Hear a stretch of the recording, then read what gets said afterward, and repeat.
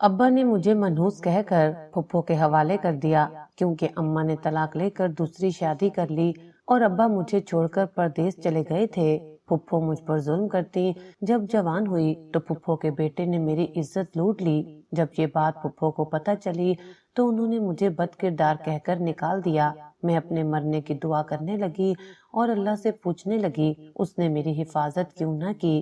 اس بات سے انجان کہ میرے ساتھ اب کیا معجزہ ہونے والا ہے، اچانک ایک گاڑی آ کر رکی اور اس میں بیٹھا ہائی کورٹ کا جج نیچے اتر کر میرے قدموں میں گر گیا۔ میرا تو دماغ چکرا گیا کیونکہ وہ تو میں 6 سال کی تھی جب میری ماں نے مجھے چھوڑا۔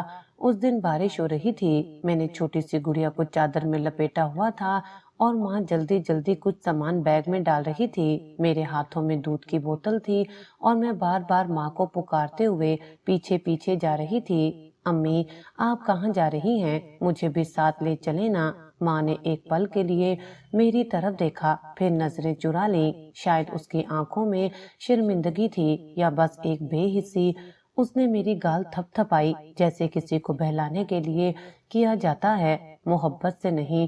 پھر وہ دروازے کی طرف بڑھی۔ باہر ایک موٹر سائیکل کھڑی تھی جس پر ایک اجنبی آدمی بیٹھا تھا۔ میرے باپ کی نظر اس پر پڑی تو اس کا چہرہ سرخ ہو گیا۔ کون ہے یہ؟ کہاں جا رہی ہو؟ ماں نے صرف اتنا کہا، میں اب مزید یہ زندگی نہیں جینا چاہتی۔ اور یہ بچی؟ باپ نے اشارہ میری طرف کیا، یہ تمہاری ہے، سنبھالو۔ ماں پلٹی، دروازہ بند ہوا اور میری زندگی کی پہلی بنیاد اجڑ گئی۔ اس دن میں نے جانا کہ جدائی کی کوئی آواز نہیں ہوتی، بس ایک خاموش دروازہ بند ہوتا ہے اور سب کچھ بدل جاتا ہے۔ اگلے دن محلے کی عورتیں ہمارے گھر آ رہی تھیں، چپکے چپکے باتیں ہو رہی تھیں۔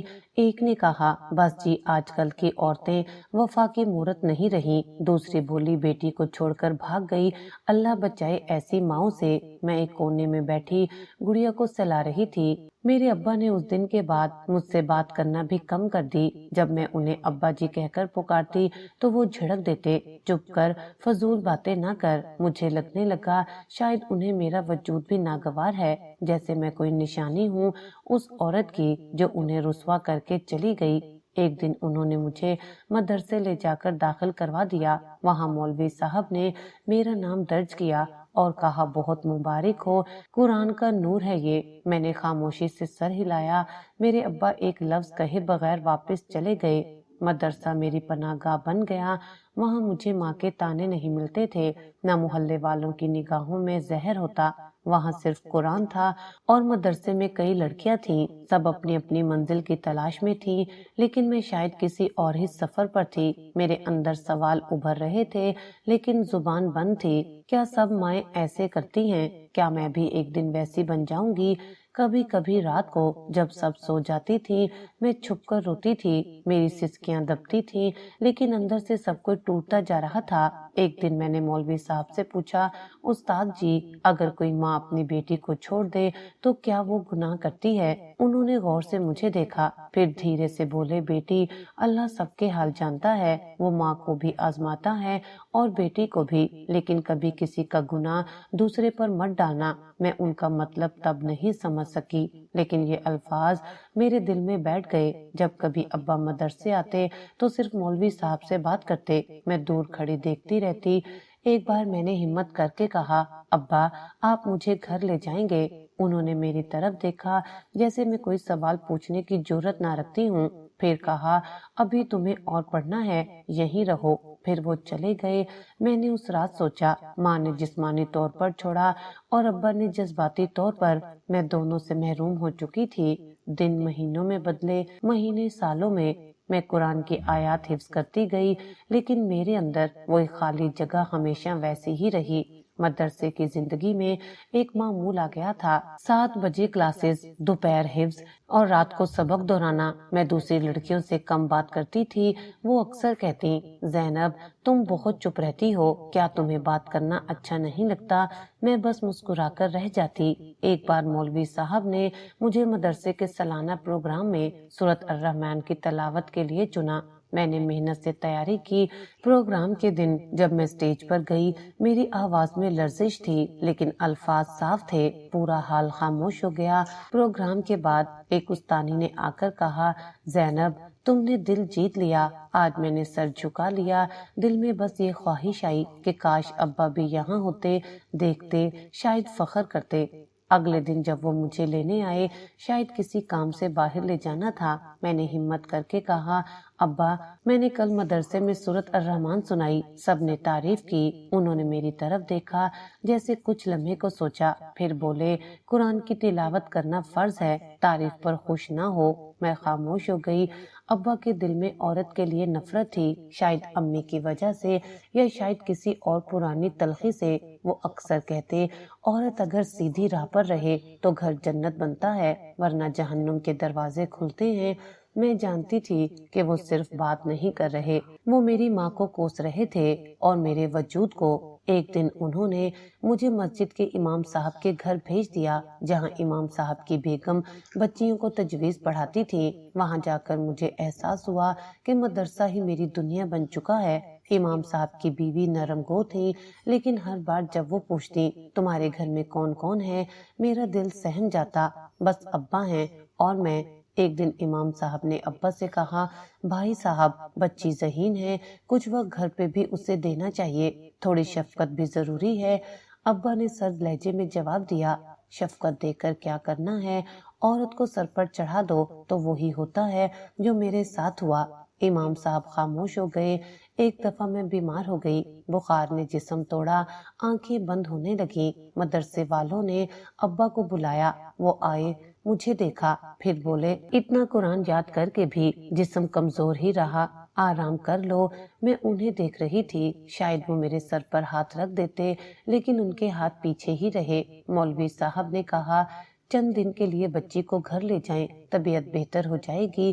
ابا نے کہا، گھر میں کون ہے، خود بھی کام پر ہوتا ہوں، اکیلی لڑکی کو گھر میں رکھنا آسان نہیں۔ اس دن پہلی بار مجھے لگا کہ میں ان کے لیے ایک ذمہ داری سے زیادہ کچھ نہیں۔ مدرسے کی چھٹیاں ہوئیں، لڑکیاں اپنے گھروں کو گئیں، لیکن میں وہیں رہی، خالی کمرے، سناٹے اور میری آواز جو بار بار سورۃ الناس دہرا رہی تھی۔ شاید میں واقعی اس رب سے پناہ مانگ رہی تھی جو دلوں کے وسوسوں کو جانتا ہے۔ ایک دن مجھے یاد ہے، ایک بچی کے والد اسے لینے آئے، گلے لگایا، چاکلیٹ دی اور کہا، میری شہزادی گھر چلیں۔ میں نے دروازے کی چوکھٹ پر کھڑے ہو کر وہ منظر دیکھا، پھر پیچھے مڑ کر اندر آ گئی۔ ابا نے شاید مجھے کبھی شہزادی نہیں کہا اور نہ ہی وہ رشتہ محسوس کیا جو باپ اور بیٹی کے درمیان ہوتا ہے۔ اور تب میں نے فیصلہ کر لیا، میں اپنی شناخت صرف قرآن سے جوڑوں گی۔ ابا کی نظر میں داغ ہوں تو صحیح، مگر میرے رب کی کتاب میرے دل میں ہے، شاید وہ مجھے قبول کر لے۔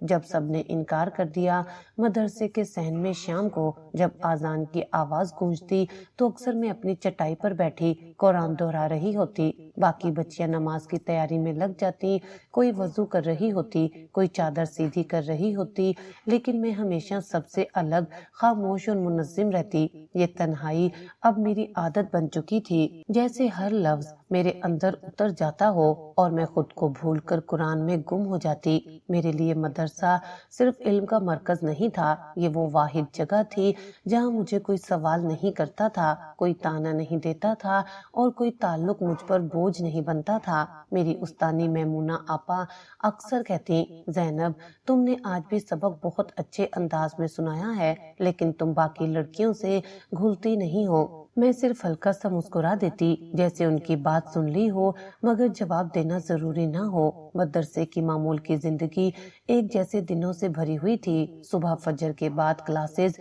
پھر ناشتہ اور اس کے بعد حفظ کے اسباق۔ میری ہم جماعتیں اکثر ہنسی مذاق کرتی، آپس میں اپنے گھروں کی باتیں شیئر کرتی، ماؤں کے پکوان، بھائیوں کے قصے، عید کی تیاریوں کی باتیں میں سنتی تھی، بس سنتی تھی۔ میرے پاس بتانے کو کچھ نہیں ہوتا تھا، نہ گھر کی رونقیں، نہ کسی کی توجہ۔ جمعے کے دن جب سب لڑکیوں کے والدین ملنے آتے تو صحن میں چہل پہل ہو جاتی۔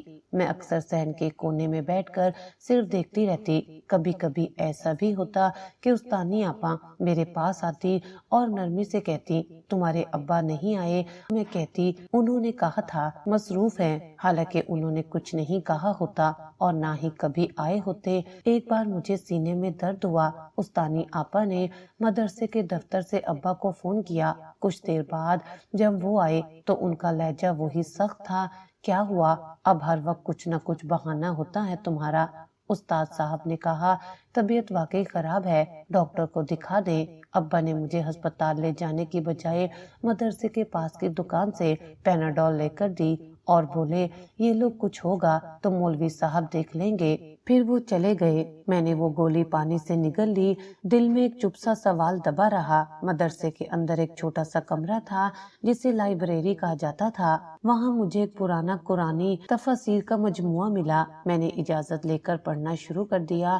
کتابوں کے صفحات میں میرا دل لگنے لگا۔ میرے اندر سوال تھے جو میں کسی سے پوچھ نہیں سکتی تھی، اس لیے کتابوں سے دوستی کر لی۔ ایک دن جب سب دوپہر کا کھانا کھا رہی تھی، میں لائبریری میں بیٹھی ایک پرانی تفسیر کی جلد دیکھ رہی تھی۔ دروازے پر آواز آئی۔ میمونہ آپا تھیں۔ زینب، تم نے کھانا نہیں کھایا؟